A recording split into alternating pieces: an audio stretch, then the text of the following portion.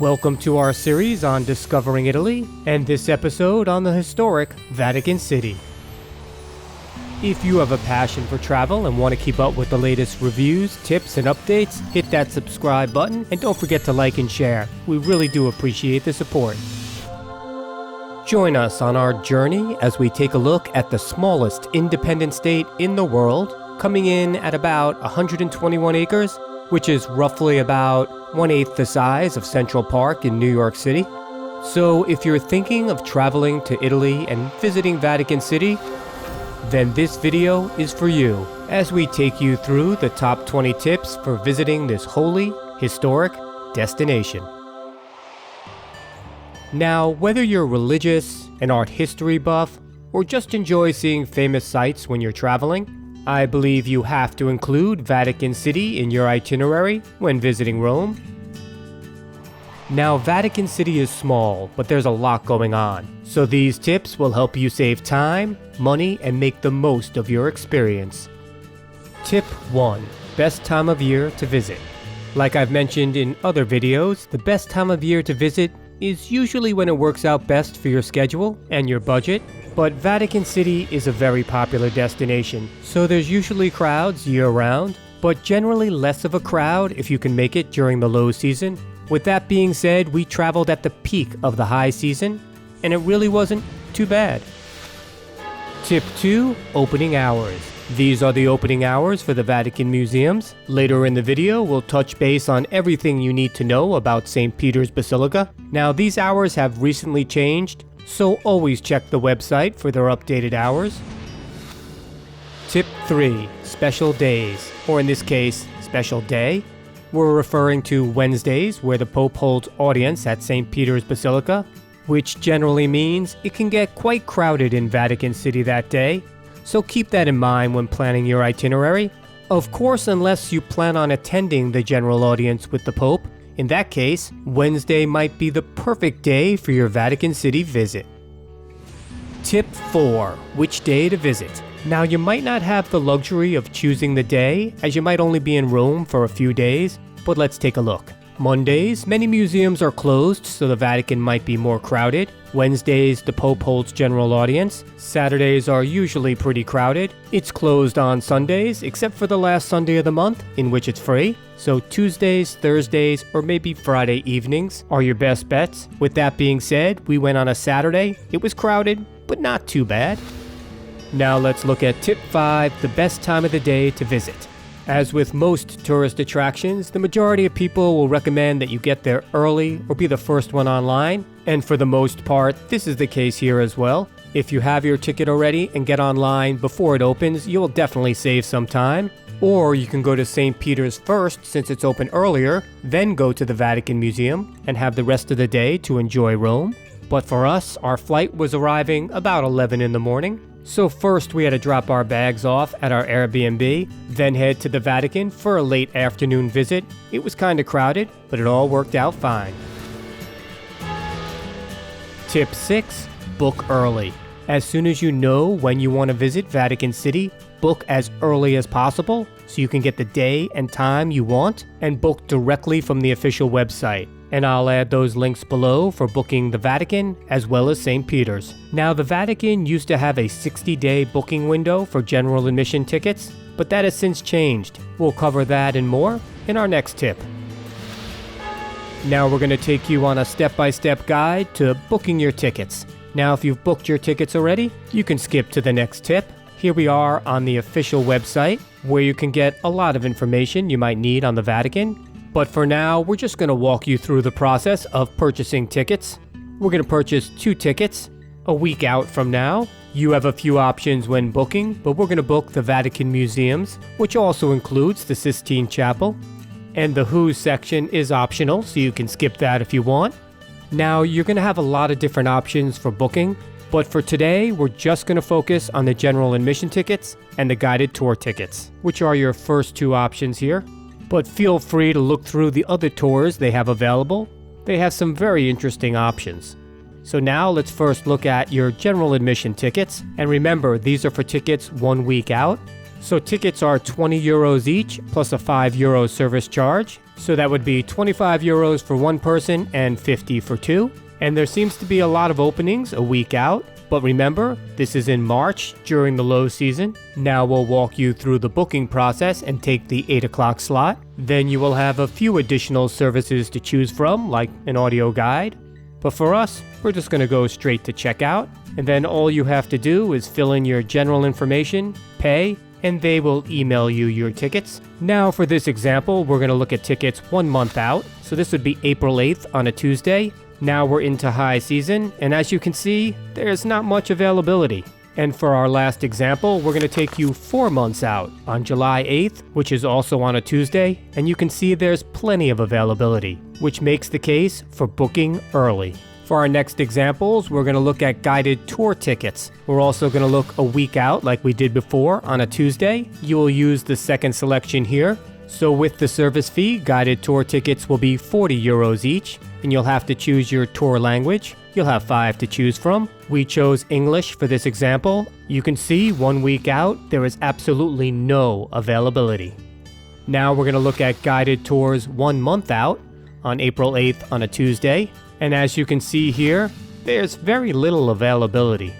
Now for our last example with guided tour tickets, we're going to look 2 months out, which is the furthest out guided tour tickets are available. And you can see there are plenty of available times, which is another case for purchasing your tickets early. Now they allow you to buy tickets 2 months out. If we try to buy tickets 2 months and 1 day out, you can see here that it's not bookable. Now you used to only be able to purchase individual admission tickets 2 months out as well, but they recently changed that. And I was able to purchase tickets almost 5.5 months out. So always check the website for the updated rules on the booking schedule.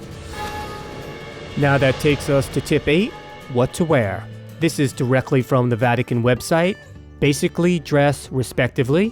Cover your knees, your shoulders, and your belly, and you should be alright.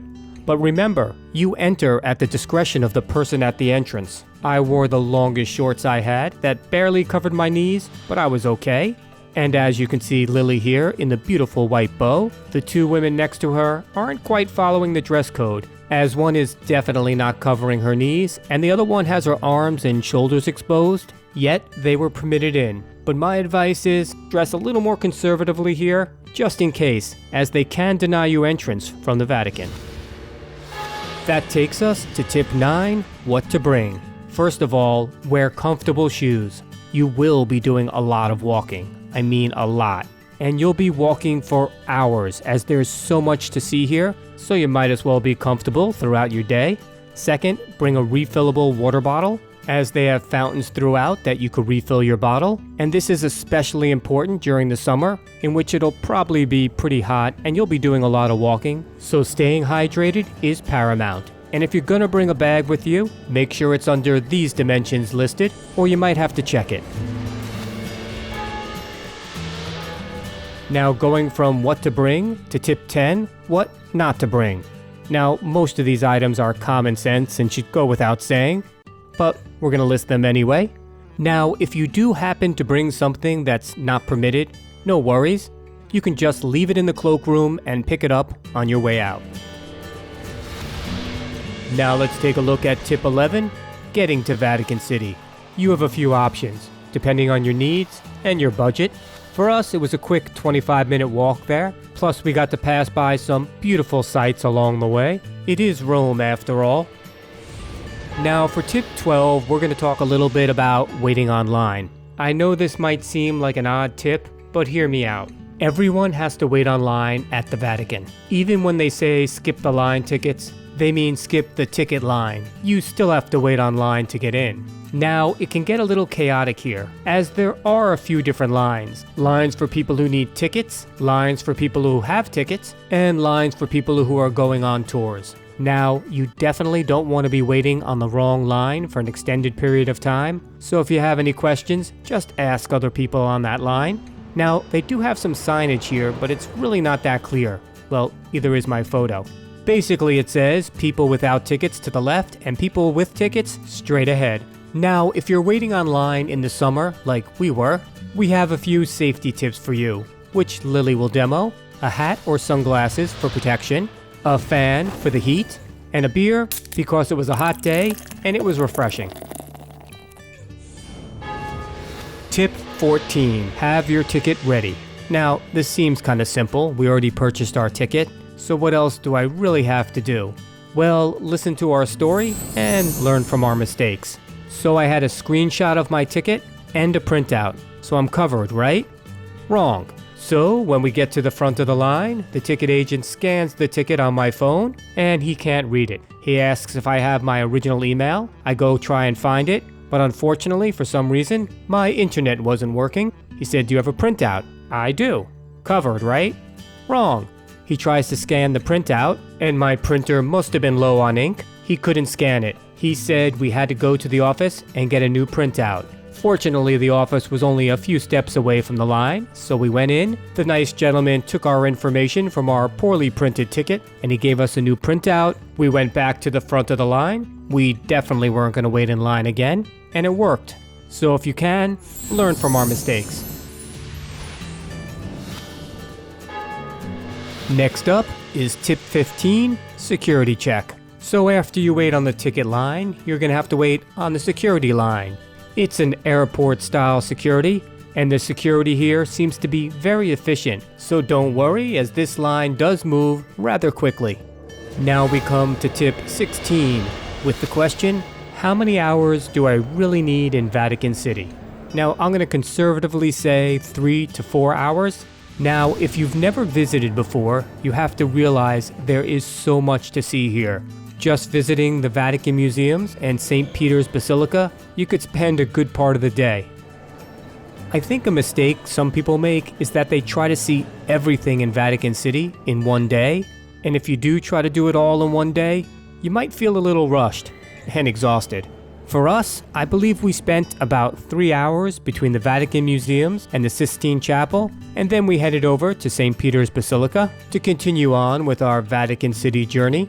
Now, in addition to the indoor space of these museums, there's also some outdoor space, some courtyards and gardens to admire. And what about if you get hungry? There are a few food options throughout the Vatican Museums, although I would recommend eating before or after your visit, as it can get a little pricey here. Here's one of the dining options, the bistro located in the courtyard. But at this moment, we weren't really thinking about food, just what we should view next. Which takes us to tip 17. Plan ahead so you don't miss out. Now, I'm not saying you plan out every exhibit you want to see, because these museums do have a lot to offer. But there might just be a few exhibits that you really don't want to miss. So it helps if you plan ahead.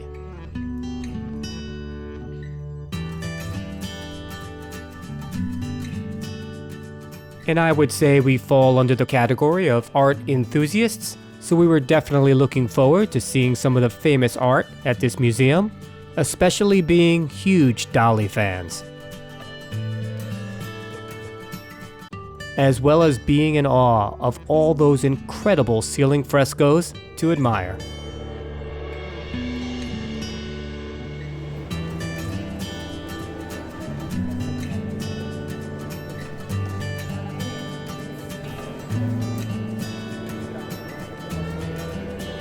Now I think it was time to end our tour of the Vatican Museum and make our way to the Sistine Chapel. Which takes us to tip 18 and the Sistine Chapel, which is truly breathtaking. I mean, the sheer amount of talent and time poured into these frescoes is truly incredible and an absolute must-see when visiting Vatican City. And they make it quite easy to visit as there's a direct route from the museum. Just walk up these stairs and you're inside the amazing Sistine Chapel. Now, there are a few rules to follow when you're here. Be respectful, no talking, and no photos or videos, which I found out when the guard told me, so I shut it down, and that's why we only have a few photos here, but that's okay. Now, one of the benefits of taking a tour is that there's a passageway that you can go directly to St. Peter's Basilica from the Sistine Chapel. Since we were not on a tour, we had to walk outside and around, which took us about 20 minutes or so. which was fine because it took us to tip 19, as there were a few more works of art to see after the Sistine Chapel on our way out, like this incredible double helix spiral staircase, which is beautiful to admire, as well as getting a few good photo ops in.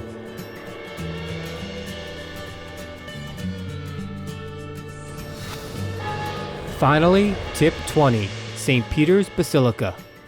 Now, the Basilica itself will be free on site, but going up in the dome will cost you. Now let's take a look at their official website. We'll list it below. Recently, they made it available that you can pre-book St. Peter's Basilica ahead of time, so let's take a look. As you can see, they only let you book about 4 weeks in advance, so now let's take a look at the prices and your options. First off, you have the Basilica itself, which is free to enter on site, but they charge you €7 to pre-book it. Now, if I was just visiting the Basilica and not the dome, I might just wait online for the free entry. But let's take a look at the availability here so we have an idea. First, we're looking at the 9 o'clock time slot. And of course, Wednesday mornings won't be available as the Pope gives audience that day, but it looks like almost every time slot is available. Now let's look at the 4 p.m. availability, and it looks like everything's available. So that's why I probably wouldn't get an advance ticket just for the Basilica. Next up, we're going to look at the dome with the stairs, where you have to climb 231 stairs if you're up for it. And this is pre-bookable for €17. First, let's take a look at the 10:30 in the morning time slot. And it looks like there's only 3 days available for that time slot. Not many at all. Now let's take a look at the 3:30 in the afternoon time slot and see what's available. And for this one, it's a little better. There's about 9 days over the next 4 weeks that this time slot's available. Now we're going to take a look at booking the dome with the lift for €22. First off, we'll look at the same time slot we looked at before at 10:30 in the morning. And it looks like we have about 5 days available over the next 4 weeks. Again, not too many. And now we'll look at the 3:30 in the afternoon time slot. And here it looks like we have about 10 days available over the next 4 weeks. It's not too bad. So I would say if you're just going to go to the Basilica itself, I would do it on site where it's free. But on the other hand, pre-booking will cost you, but you'll have a designated time slot, so you'll save some time. Now, if you're going to go up in the dome and you have some flexibility, you might be able to do it on site. But if you only have a certain time or day that you could attend, I would probably pre-book it just to be safe.